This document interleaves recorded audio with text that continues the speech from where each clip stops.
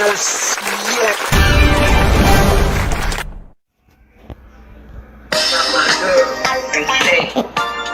This is the Lisa Baxter Show, giving you the 411 and the kidney one. About my girl and say, this is.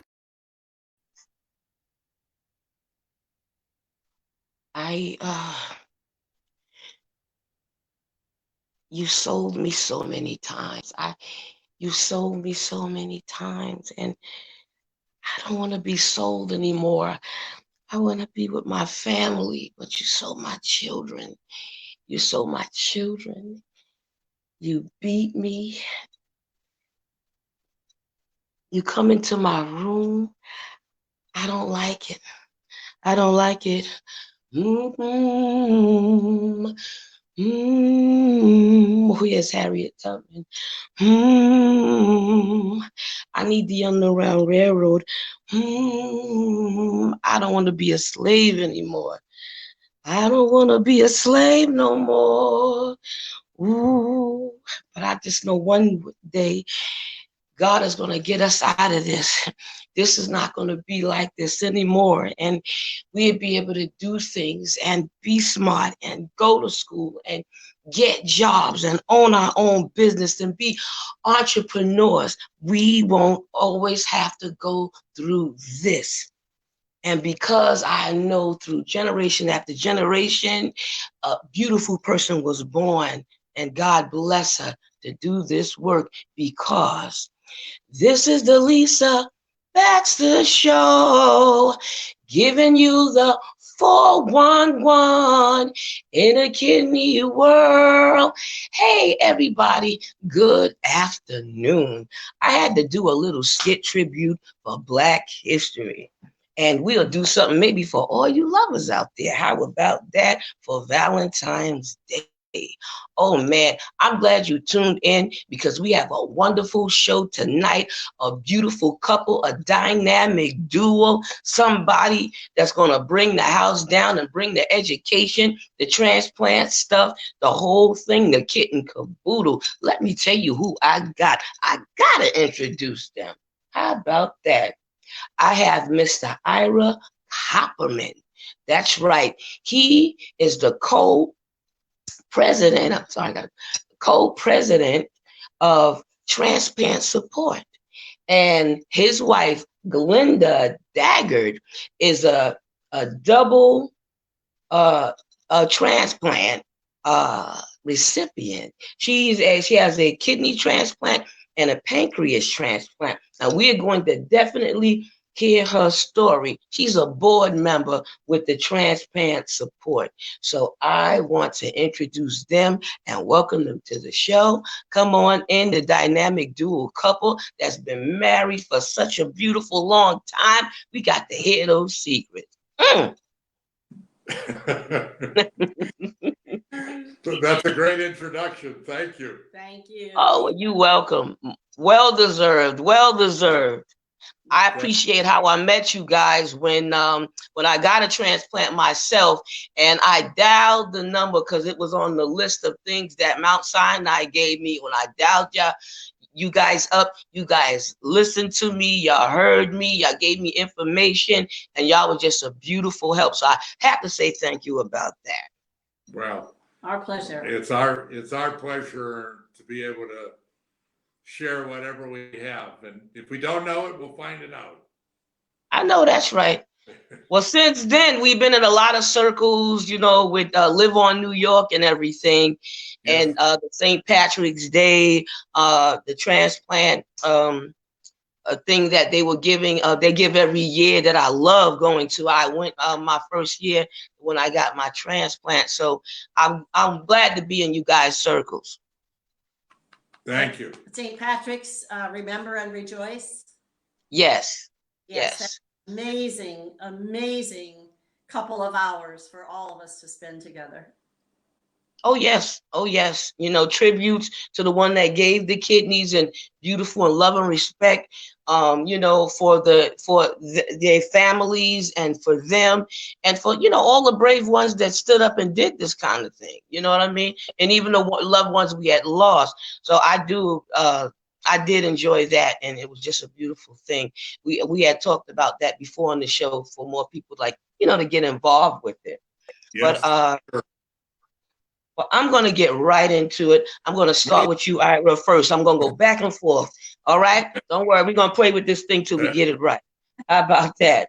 Okay. Now, before you started transplant support or was a part of transplant support, what did you do before? Glenda and I met and married in 1976, and Ooh. I knew that Glenda had diabetes and what that might happen, what the outcome was. It didn't matter. This Mhm. was this was just somebody that you can't ever forget. And we were both working at the time, right after Glenda moved to New York in 1976. Very shortly thereafter, Glenda started working at IBM. I was already working at IBM. So we Mm. had a lot we were able to do together and to be together. We were actually in the same office for a little bit of time together, and Wow. we had wonderful careers. Mine lasted until about 1999, and then I left IBM and went out and did a couple other things. Um, Wow. and about that time, 1997, I'm sorry, is when I left IBM. And come around 1998, 1999, we knew where Glenda and I had to go to manage her health problems that were getting increasingly of concern. So Mm. we had we had 20 wonderful years to prepare for it, and we think we were completely and totally prepared. Wow. I love that idea that you got yourself prepared for that. Not many couples have that chance. You know what I mean? My husband and I, we tried and we did the best that we could, and we worked together with the illness. When I was sick first and he was sick second. But what Right. I love about you guys, you said you had 20 years. At least you was willing to prepare. You don't have that many people, whether they're a couple or not, willing to prepare for illness or what's going on. So at least you knew what was going on. So you found out that she had it, and you Yes. guys started working together. Yes. Let me see. Now, I don't know whether to go back and forth here. Linda, what was that like when you found out that you had diabetes and these things, these health problems start to come about? Talk Well, about that, sweetie. I was actually 15 years old when I found out I got diabetes. There's no Wow. there's no history in my family. It was type 1 diabetes. Mm-hmm. And of course, all the classic symptoms hit me within a couple of weeks. You know, constant sleep. I lost 20 pounds. I was urinating all the time, drinking water all the time. And the doctor took one look at me and knew what was going on. Even though there's no history in my family, I do hear this story. Every time we go to a school, there's at least one student who the same thing happened to. So I had diabetes for 40 years, and I had it already when I met Ira. I Wow. had it for 15 years already when I met Ira. At that time, I had, when I first got diabetes in the early 60s, we were taking one shot of insulin a day. It was insulin from beef and pork. It was not pure. It was not made in the lab like it is today.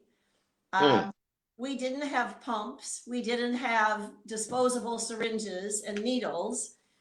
I had a glass syringe and a metal needle that felt like it was about that long, that I boiled in water every morning to sterilize and reused that needle for a couple of months at a time. You can imagine Wow. how dull it would get after using it over and over and over. Oh yeah, it's harder to stick when it gets dull. Don't go there. Very hard, very hard. Well, But stop 1 second. stop 1 second. When you was a teenager and you knew you had diabetes, did you have any trouble being out with your friends or following the diet because you were young? I guess I'm a rule follower. I was told the rules and I stuck to the rules. So I ain't mad at you. so I didn't have ice cream, I didn't have chocolate, I didn't have sodas. I just didn't. I'd go out with my friends and it wasn't really a problem. I didn't feel deprived.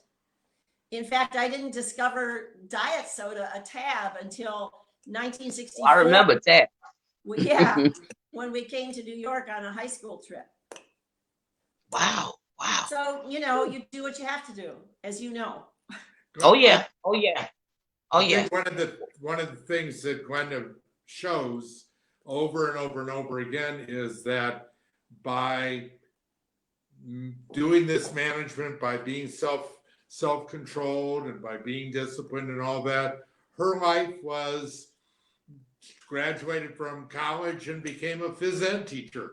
I mean, Wow. you can't think of anything that's going to test your body more than that. And yet it was a very successful part of life because Glenda had the discipline and the control and the will, which is what has carried us forward since the day of her transplant, to make a successful life, to have a successful life.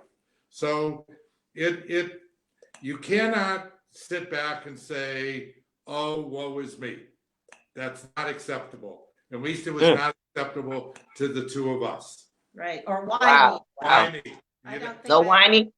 No wham about it, huh? Yeah, we don't. Well, why me doesn't exist in our vocabularies. Well, it's not. I remember my husband saying it wasn't going to help. He said that he had to come to that conclusion when he, had colon cancer, and they told him that. And Right. he, we cried about it already. We prayed about it. So, I guess sometime when you have to think of what you're going to do next. Once you find out, you got to deal with this thing head on. So I do get and understand that. You was a physical ed teacher. I know, exercise really helps when you have diabetes, certain illnesses and stuff like that. So that must have helped you, or you must have discovered or knew that. Well, that's why I chose that field, because it was important to stay active. And Wow. I didn't want to be sitting behind a desk all day. So. Well, okay. Well, you've got 2 double transplants, right? Tell me something about that. I got a simultaneous kidney pancreas transplant from an unknown deceased donor, whom all I know about is from my surgeon, who told us that he or she was a young person who died from a stroke. Do you want to? Wow. When a year before that, when we started doing the research. You say it. I don't know what you're okay. mean. Well, we knew that the doctor, Glenda's kidney doctor, said that he's going to do everything he possibly can to forestall the bad next steps. And that, again, Glenda stepped up to the plate and showed how she could manage diet and exercise and work, never missed a day of work. Wow. But in the late 90s, it just became apparent that with all of Glenda's self-control, with all of Glenda's management of her diet and what she ate and how many times we tested for diabetes during the day and in the middle of the night, as a matter of fact, that her kidneys were just not going to make it. There comes a stage where kidneys just kind of continue to escalate, and you lose more and more function regardless of what you do. So in 1998, when that became the point where we really were confronted with the decision of what's next, once again, we sought out the right kind of medical care to tell us, yeah, you know what? This transplant stuff for a kidney does work. And by the way, transplant stuff for a pancreas also works. So wow. in 1998, in April of 1998, Glenda got enlisted in two places, here in New York and Okay. also in Minnesota, because her Wow. doctor thought that Minnesota might be a little easier in terms of finding a match because of ethnic background. Because I grew up in the you Midwest. kind of grew up in the Midwest. Oh, So well, how sweet. What a connection. yeah. Yes, what a connection. Yeah, so we were enlisted in both places, and starting in April of 1998, we got a pager from no cell phones. Cell phones didn't exist. We got a pager from both hospitals, both transplant centers.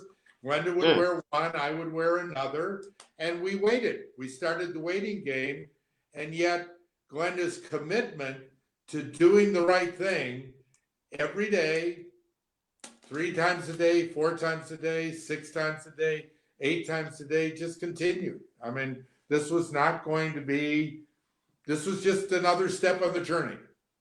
So when the beeper said beep, beep, beep, beep, beep, beep, beep, beep, you knew what was going to happen.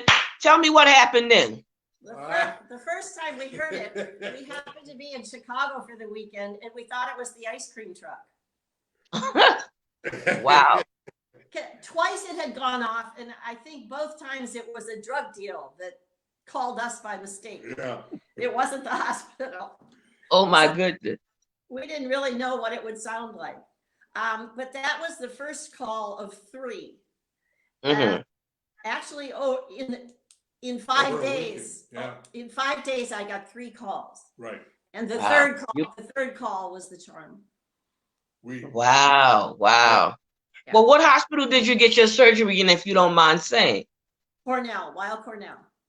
Oh, I love that hospital. Oh, yes. Yeah. Wow. Yeah, so both of them was in Weill Cornell.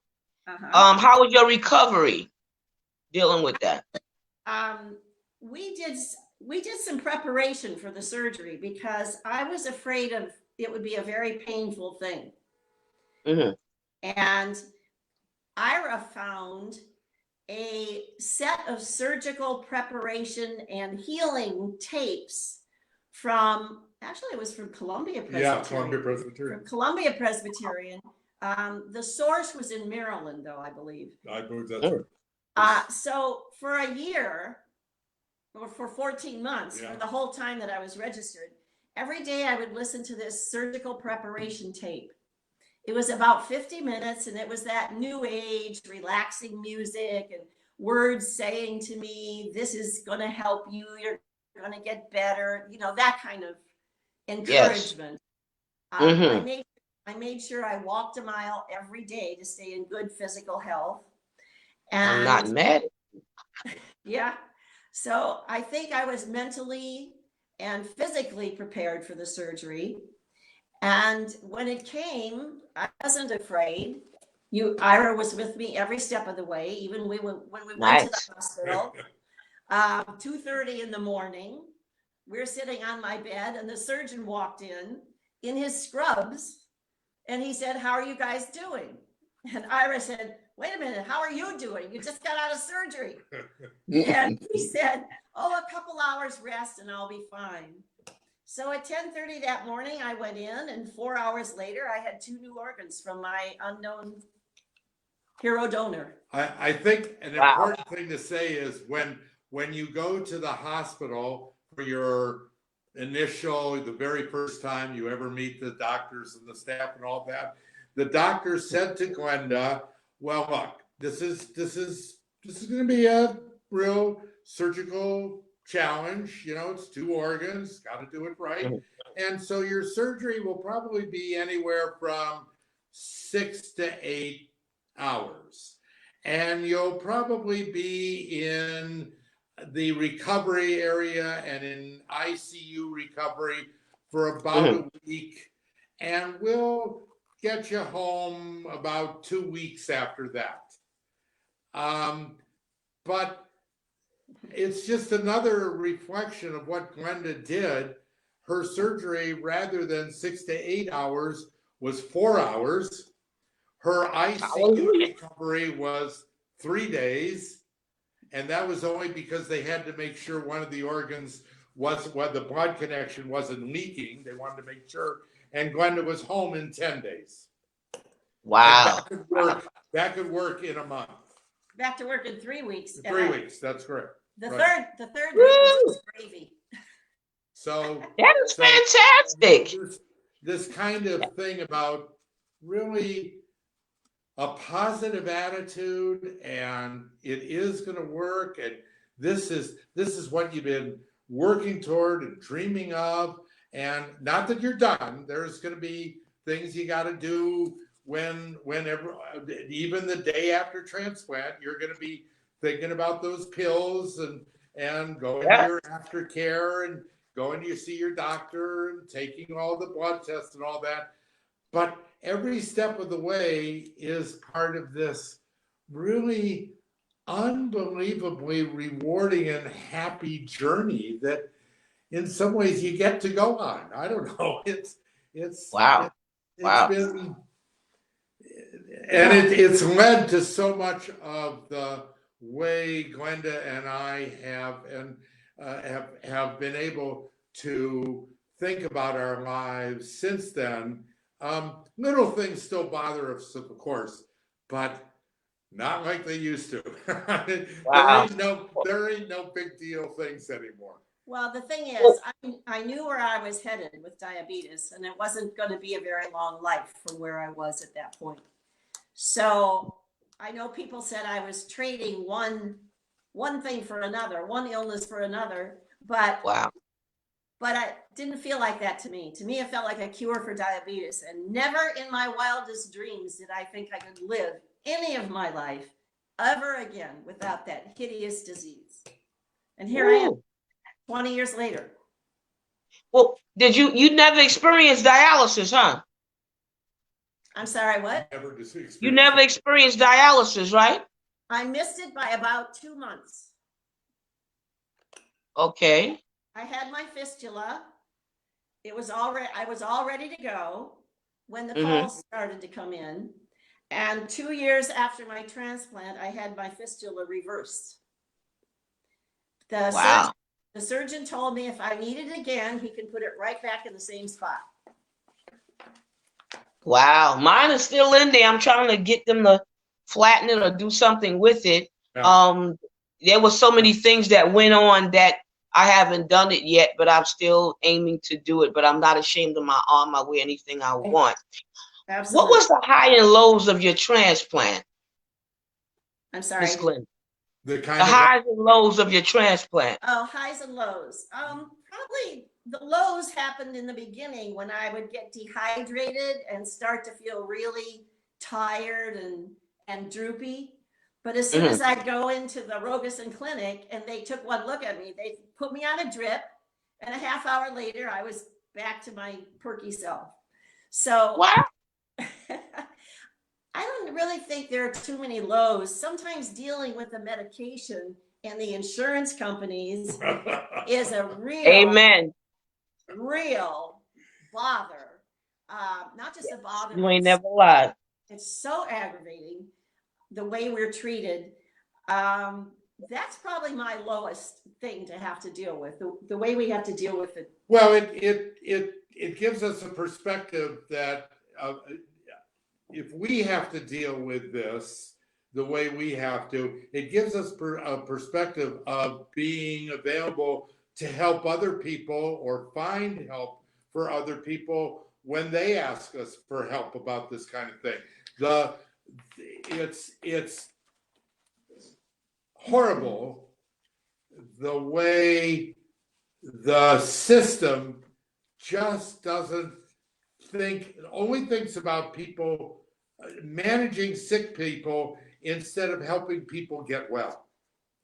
If they would think about it from the perspective, what can we do and you're going to do the same things, but it's going to be a totally different perspective on how you answer questions and programs you set up and all that. And quite frankly, it's been an important part of the extracurricular activities that we've tried to stay involved with, because we've been able to take our experience that we have in dealing with this issue and try to make the powers that be, the Congress, Medicare, Health and Human Services, CMS, and all that, and make them think about how they ought to be getting their money's worth. They pay for a transplant, now get people back to work. They want to go back to work. Yes, I did. I went straight back. Yes. They want to do what you do, be productive, get out in society, go make the visits to the clinics and all that. People are upset when they're spending sometimes 5 to 10 hours a month dealing with drug prescriptions, insurance companies, paying for visits. It makes no sense whatsoever. So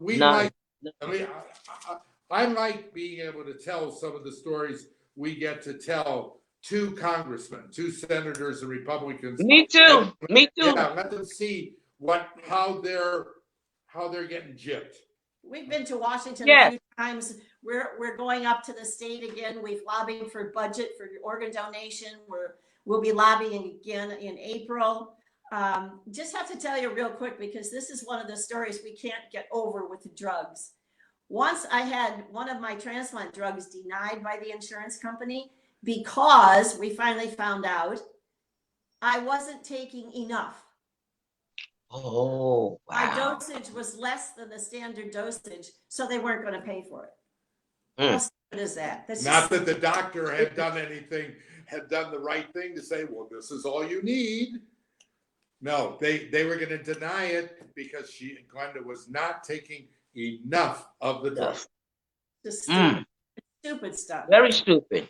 It's a great story. You should see what the reaction we get from senators and congressmen and their aides. They shake their head. I believe you. I went down there with Sydney, Center for Independent People with Disabilities, and we were doing that thing too, because, disabilities as well as kidneys and stuff like that. You just got to fight for it all. And, you're all up in their face with it, because, we care about this, and you can see we all passionate about this with this network, this show, you guys.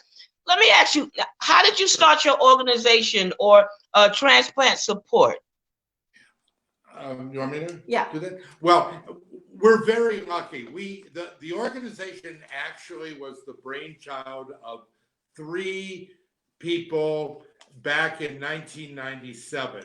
A woman received a liver transplant at Westchester Medical Center, her doctor and her social worker. And this woman, Helen Bellhouse is her name, said, she was talking to her social worker. She said, it sure would be nice if I could find out, a little bit more about what people have gone through. And her social worker, this wonderful woman named Karen Farkas, who's now retired down in Florida with her husband, they went to Helen's surgeon, Dr. Khalid Butt, and he said, that's a great idea. Why don't we meet in my office and we'll figure out how to start an organization. So excellent. This organization was already in existence in about 10 years when we heard about how they were able to go into the local schools and tell this story, New York schools, and tell the story about transplant.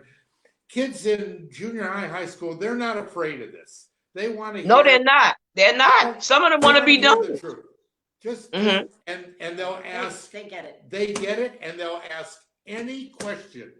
Don't give them a line of baloney. So we came into it by volunteering to go in and speak at schools. And as we saw how wonderful and how committed the organization was, we just wanted to be more and more a part of it. And then little by little, we did a little bit more of it.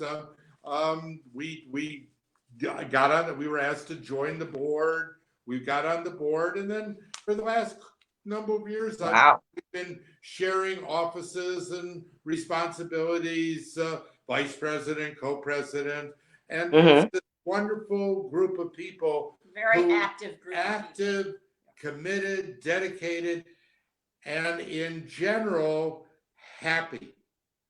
That's Happy good. about seeing the light of day every new day. And that's the difference. You ask what's the difference that brings these people together? It's they're happy people.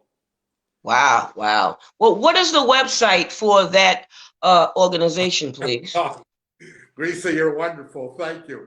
It's Mhm. www.transplantsupport.org. Excellent, excellent. Thank you for that. We really appreciate your allowing us to give a plug. Oh yeah, oh yeah. I've already put you guys on the page and everything. Took pictures of your newsletter because some people don't Thanks. notice you guys have a newsletter. And how Yeah. could they get involved or what they could do? That's right. And there's always plenty to do. Oh, I'm sure. We have no shortage of events or activities or requests for somebody to speak or to be a speaker, give their own personal experience. We can fill meetings 12 months a year if we did. But we're not exclusive. We Okay. feel very strongly that regardless of where someone had their transplant, where they live is probably where they would like to be part of a support group. So we try to stay in touch with the groups in various areas. Ira and I live in Manhattan, so we also belong to Trio Manhattan. Yeah, in the trio, yes. There's a group on Long Island, a support group on Long Island. There's one on Staten Island. There's one in Rockland County. Wow. Well, what is the website again? I was going to ask you that because I'm getting a little clue about that. Repeat the website for me. I'm so sorry. No, I'm happy to do it again. So they can put it up. Okay. Steve. www.transplantsupport.org. If somebody wanted to do this type of thing, you know, maybe they wanted to do their own support group, what would or organization or something, what advice could you give them or what steps could you give them, would you say? I would say don't go off and start something on your own. When we have all these groups already in place, I ain't mad at you. Let's work together. We don't need 15 different groups starting their own thing. Let's work together. That would be my biggest advice. Okay. In the 5 or 6 groups that are in our local New York area, there is plenty to do. I mean, no end of activities, as I said, for people to be involved. Letter writing, going to Albany, going to Washington, going to volunteer in New York, volunteering with us, volunteering on Long Island, volunteering in Rockland County. That we can, if you want to just get in touch with us, if you live in Orange County, I'm going to tell you about our friend Ellen Dunn in Orange County. That's the person you want to talk to. If you live in Long Island, call us. We'll tell you about Long Island Trio. We don't need people schlepping up to Westchester just because we want to see our numbers. You go. That's locally, traveling is not the big part of getting stuff done in this world. The other thing can I say one more thing, Lisa? We really keep asking all of our recipient friends, please write a thank you to your donor family. You write it anonymously I did. The hospital. And it's just such an important thing to do. Is you don't have to be fancy. You just say thank you for saving my life. That's all you have to say. It's therapeutic. The reason why I asked you about how you started, because Lisa Baxter or this network doesn't cover New York. It covers a lot of other places that's not here. So if they wanted to start it, I guess maybe they can just go to their local hospital or something like that. Or call me. I will be happy to work with you to find out the name of the group in Florida, in Georgia, in Ohio, in I love Minnesota. you. Please call me. The idea is find an army of people across this country who are committed and who want to work in some form in these organizations. I'll help you find the group. That's beautiful. That is just so beautiful. I can't help myself there. That's beautiful. Now listen here. Listen Yes. here. Is there anything that we've forgotten before I end the show? Because I'm going to ask you to give a shout out to someone, or any people or place you want to give the shout out to, for, and about. But is there anything we didn't cover or didn't say, or something you want to say that we just totally missed? I missed. Another thing we like to do, Lisa, that I think is so important is to Yeah. go to the hospitals, to make rounds Yes. with Live on New York, to say thank you to the doctors and nurses who have so much work to do to help our lives and to help our donors help us. So whenever we get the opportunity, we like to be able to do that. We've been to Mount Sinai at midnight when the shift changed. Well, that's where I got my transplant. We went to Long Island at 7 a.m. in the morning, because that's Wow. when the shift change, and the operating room staff was having a little lunch in their Break room. We had one woman come up to us, a nurse, afterward, who said to us, "I have been here for 30 years and I have never met a recipient." That is wrong. It's sad. We want to give a shout out to the professionals. Listen, everybody understands that there are donors and donor families who qualify without doubt as heroes. If you think firemen save lives, if you think policemen save lives, your donor saved your life. That donor That's right. But in the chain of events, the doctors, the nurses, the operating room staff, the guy who makes sure the instruments are clean, the critical care units, all of those are a part of what need you to be able to have a successful life. Oh yes. So that's our shout. Yes. That's our shout out. Wow, that's an excellent shout out. My hat off to the professionals. I love that. You covered the gamut. You covered the gamut. And I definitely appreciate you guys coming on the show. I love being in your circle, like I said, and out there, and we're just all trying, and we all doing. So I'm very proud of you. I appreciate you. Keep doing that wonderful work. And just thanks a whole lot. I thank you. Thank you. We're honored you had us on your program. Could I say one more thank you?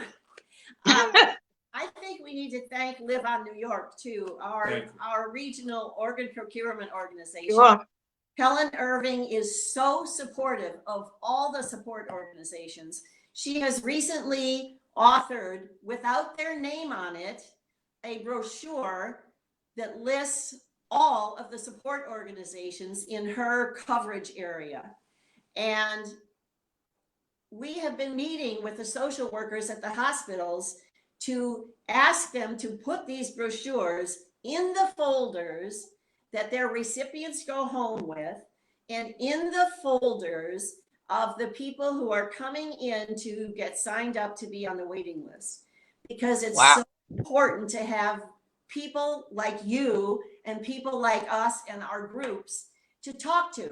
So you don't go into something blind. You go in knowing what's going to happen and knowing that you can come out of this a healthy person. Wow. Oh yes, you ain't never lied.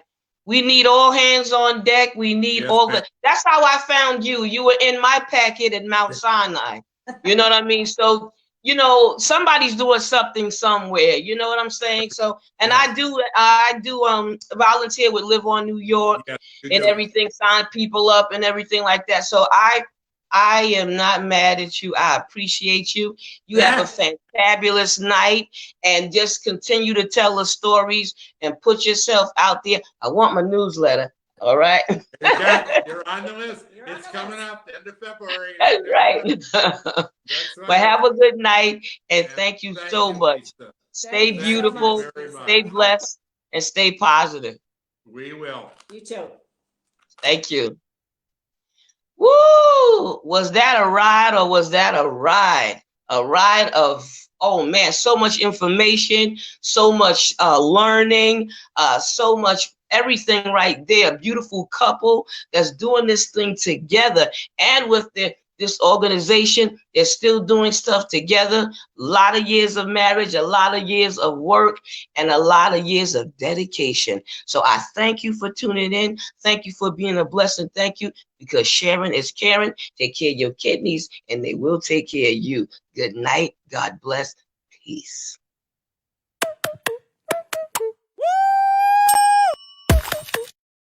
Y'all ready for this?